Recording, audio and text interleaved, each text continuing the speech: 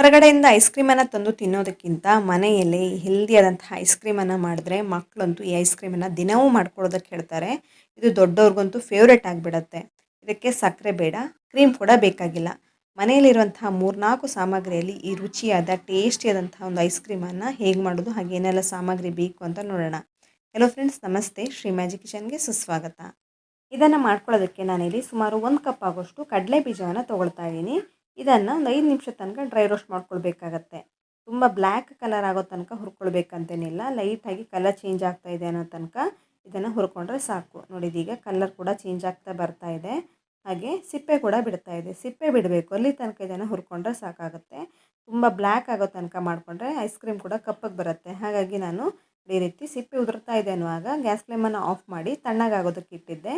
ಕಂಪ್ಲೀಟಾಗಿ ತಣ್ಣಗಾದ ನಂತರ ಇದರದ್ದು ಸಿಪ್ಪೆ ಎಲ್ಲ ಬಿಡಿಸಿ ಒಂದು ಪಾತ್ರೆ ಹಾಕ್ಕೊಳ್ತಾ ಇದ್ದೀನಿ. ಚೆನ್ನಾಗಿ ಸಿಪ್ಪೆನೆಲ್ಲ ತೆಗೆದು ಇದನ್ನು ಪಾತ್ರೆಗೆ ಸೇರಿಸ್ಕೊಂಡು ಇದಕ್ಕೆ ಒಂದು 10-15 ಬಾದಾಮಿಯನ್ನು ಕೂಡ ಹಾಕ್ಕೊಂಡಿದ್ದೀನಿ.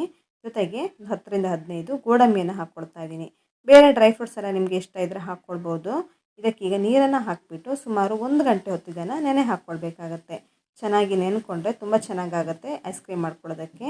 ನೋಡಿ, ಈಗ 1 ಗಂಟೆ ಆಗಿದೆ.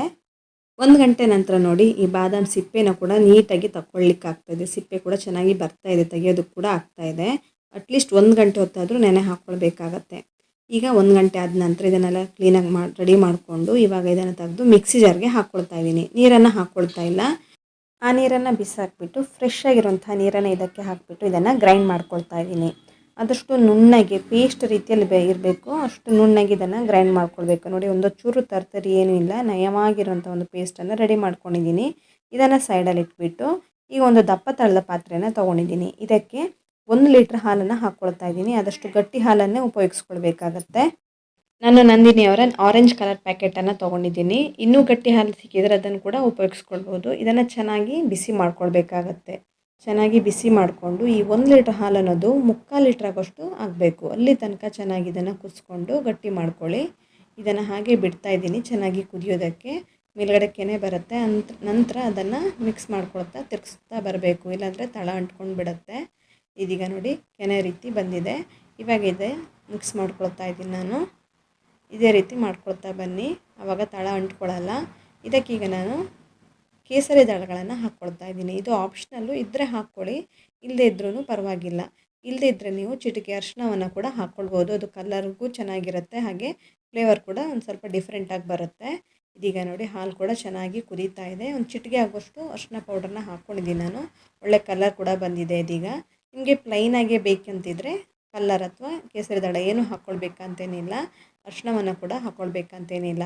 ನೀವು ಬೇಕಿದ್ದರೆ ಫುಡ್ ಕಲರ್ ಇದ್ದರೆ ಅದನ್ನು ಕೂಡ ಹಾಕ್ಕೊಳ್ಬೋದು. ಯಾವುದೇ ಕಲರ್ ಕೂಡ ಹಾಕ್ಕೊಳ್ಬೋದು ನೀವು. ಈ ರೀತಿ ಇದೀಗ 3/4 ಲೀಟ್ರ್ ಆಗೋಷ್ಟು ಹಾಲಾಗಿದೆ. ಇವಾಗ ನಾನು ರೆಡಿ ಮಾಡ್ಕೊಂಡಂತಹ ಗ್ರೈಂಡ್ ಮಾಡಿ ಪೇಸ್ಟ್ ಮಾಡಿ ಇಟ್ಕೊಂಡಂತಹ ಮಿಶ್ರಣವನ್ನು ಇದೀಗ ಸೇರಿಸ್ಕೊಂಡು ಮಿಕ್ಸ್ ಮಾಡ್ಕೊಳ್ತಾ ಇದ್ದೀನಿ. ಮಿಕ್ಸ್ ಮಾಡ್ಕೊಳ್ತಾ ಇರಬೇಕು, ಇಲ್ಲಾಂದರೆ ತಳಕ್ಕೆ ಅಂಟ್ಕೊಂಡು ಬಿಡುತ್ತೆ. ಇದೀಗ ನಾನು ಮಿಕ್ಸ್ ಮಾಡ್ಕೊಳ್ತಾನೇ ಇದ್ದೀನಿ. ಇದನ್ನು ಹಾಗೆ ಕುದಿಯೋದಕ್ಕೆ ಬಿಡಬೇಕು. ಚೆನ್ನಾಗಿ ಕುದೀತಾ ಇದು ಗಟ್ಟಿಯಾಗಬೇಕು, ಅಲ್ಲಿ ತನಕ ಮಿಕ್ಸ್ ಮಾಡ್ಕೊಳ್ತಾ ಬನ್ನಿ. ಈ ಹೆಲ್ದಿಯಾದಂತಹ ಒಂದು ಐಸ್ ಕ್ರೀಮನ್ನು ಮಾಡ್ಕೊಳ್ಳೋದಕ್ಕೆ ಸುಮಾರು ಒಂದು ಅರ್ಧ ಗಂಟೆ ಆದರೂ ಬೇಕು. ಯಾಕೆಂದರೆ ಹಾಲನ್ನು ಗಟ್ಟಿ ಮಾಡ್ಕೊಳ್ಳೋದಕ್ಕೆ ಸ್ವಲ್ಪ ಟೈಮ್ ತೊಗೊಳುತ್ತೆ. ಇದೀಗ ಗಟ್ಟಿ ಆಗ್ತಾ ಇದೆ. ಗ್ಯಾಸ್ ಫ್ಲೇಮನ್ನು ನೀವು ಮೀಡಿಯಮ್ ಫ್ಲೇಮಲ್ಲೇ ಇಟ್ಕೊಳ್ಳಿ. ಹೈ ಫ್ಲೇಮಲ್ಲಿ ಇಟ್ಕೊಂಡು ಗಟ್ಟಿ ಮಾಡ್ಕೊಳ್ಳೋದಕ್ಕೆ ಹೋಗಬೇಡಿ, ಯಾಕೆಂದರೆ ತಳಕ್ಕೆ ಅಂಟ್ಕೊಂಡು ಬಿಡುತ್ತೆ, ಅಷ್ಟು ಚೆನ್ನಾಗಿ ಬರಲ್ಲ. ಹಾಗಾಗಿ ನಾನು ಮೀಡಿಯಮ್ ಫ್ಲೇಮಲ್ಲಿ ಇದನ್ನು ಚೆನ್ನಾಗಿ ಕುದಿಸ್ಕೊಳ್ತಾ ಇದ್ದೀನಿ. ಈ ರೀತಿ ಮಿಕ್ಸ್ ಮಾಡ್ಕೊಳ್ತಾ ಬನ್ನಿ. ಇದೀಗ ನೋಡಿ, ಮಿಶ್ರಣ ಅದು ಗಟ್ಟಿ ಆಗ್ತಾ ಬಂದಿದೆ.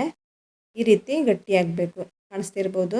ಈ ರೀತಿ ಗಟ್ಟಿ ಆದ ನಂತರ ನಾನು ಗ್ಯಾಸ್ ಫ್ಲೇಮನ್ನು ಆಫ್ ಮಾಡ್ಕೊಳ್ತಾ ಇದ್ದೀನಿ. ಈ ರೀತಿ ಗ್ಯಾಸ್ ಫ್ಲೇಮನ್ನು ಆಫ್ ಮಾಡ್ಕೊಂಡ ನಂತರ ನಾನು ಇದಕ್ಕೆ 1 ಕಪ್ ಆಗೋಷ್ಟು ಬೆಲ್ಲದ ಪೌಡ್ರನ್ನ ಹಾಕ್ಕೊಳ್ತಾ ಇದ್ದೀನಿ. ಬಿಸಿ ಬಿಸಿ ಇರುವಾಗಲೇ ಇದಕ್ಕೆ ಬೆಲ್ಲವನ್ನು ಸೇರಿಸ್ಕೊಳ್ಳಿ. 1 ಕಪ್ ಆಗೋಷ್ಟು ಬೆಲ್ಲ ಸಾಕಾಗತ್ತೆ 1 ಲೀಟ್ರ್ ಹಾಲಿಗೆ. ಇದನ್ನು ಮಿಕ್ಸ್ ಮಾಡ್ಕೊಳ್ಳಿ. ಬಿಸಿ ಇರೋದ್ರಿಂದ ಅದು ಹಾಗೆ ಕರಗಿಬಿಡತ್ತೆ. ಹಾಲು ಕುದೀತಾ ಇರುವಾಗ ಬೆಲ್ಲವನ್ನು ಸೇರಿಸ್ಕೊಳ್ಳೋದಕ್ಕೆ ಹೋಗಬೇಡಿ.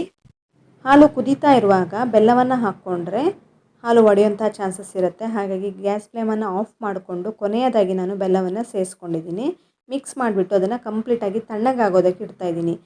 ಕಂಪ್ಲೀಟಾಗಿ ಇದನ್ನು ತಣ್ಣಗಾಗೋದಕ್ಕೆ ಇಡಬೇಕು.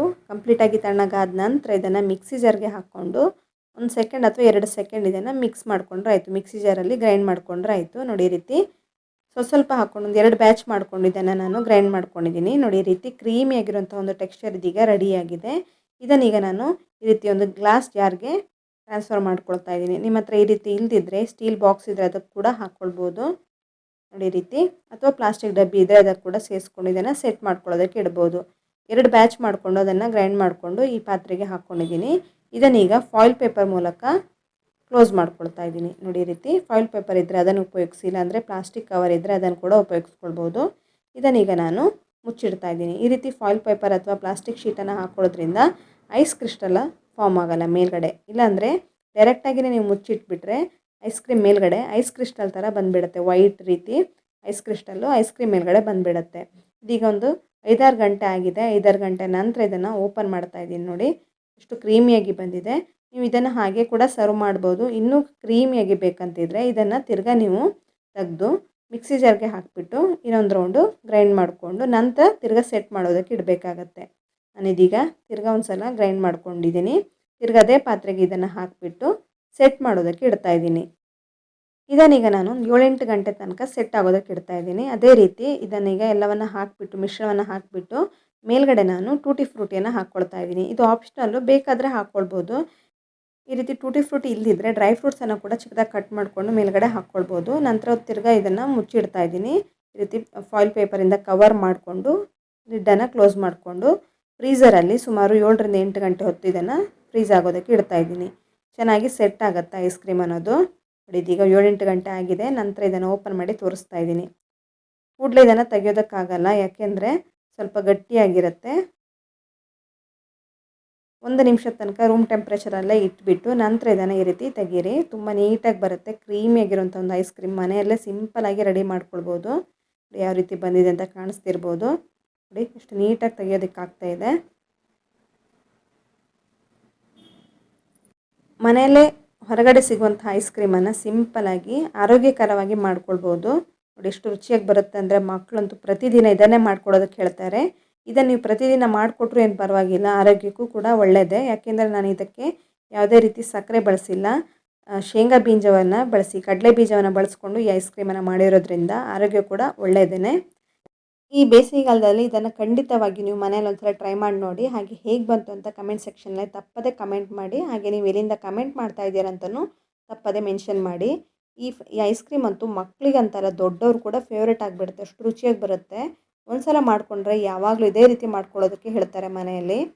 ಎಷ್ಟು ಕ್ರೀಮಿಯಾಗಿ ಬಂದಿದೆ, ನೋಡ್ತಾ ಇದ್ದರೆ ತಿನ್ನಬೇಕಂತ ಅನಿಸುತ್ತೆ, ಎಷ್ಟು ಚೆನ್ನಾಗಿ ಬರುತ್ತೆ ಇದು.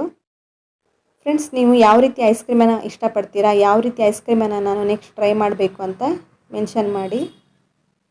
ಈ ರೆಸಿಪಿಯನ್ನು ನೀವು ಫೇಸ್ಬುಕ್ಕಿಂದ ನೋಡ್ತಾ ಇದ್ದರೆ ತಪ್ಪದೇ ಫಾಲೋ ಮಾಡ್ಕೊಳ್ಳಿ. ಹಾಗೆ ಸಬ್ಸ್ಕ್ರೈಬ್ ಮಾಡ್ಕೊಳ್ಳಿ. ಇನ್ನಷ್ಟು ಹೊಸ ರೀತಿಯ ಅದ್ಭುತವಾದ ರೆಸಿಪಿಗಳೊಂದಿಗೆ ಸಿಗೋಣ. ಧನ್ಯವಾದಗಳು.